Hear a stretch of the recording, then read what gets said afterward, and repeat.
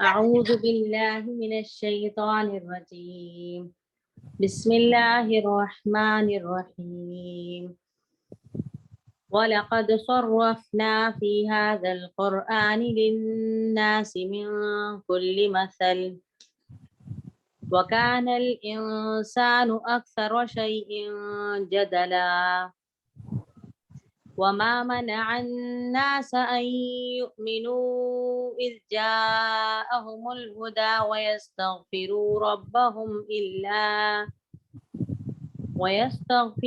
ربهم إلا أن تأتيهم سنة الأولين أو يأتيهم العذاب قبلا وما نرسل المرسلين إلا مبشرين ومنذرين ويجادل الذين كفروا بالباطل ليدحضوا به الحق واتخذوا آياتي وما أنذروا هزوا ومن أظلم ممن ذكر بآيات ربه فأعرض عنها ونسي ما قدمت يداه إنا جعلنا على قلوبهم أكنة أن يفقهوه وفي آذانهم وقرا وإن تدعهم إلى الهدى فلن يهتدوا إذا أبدا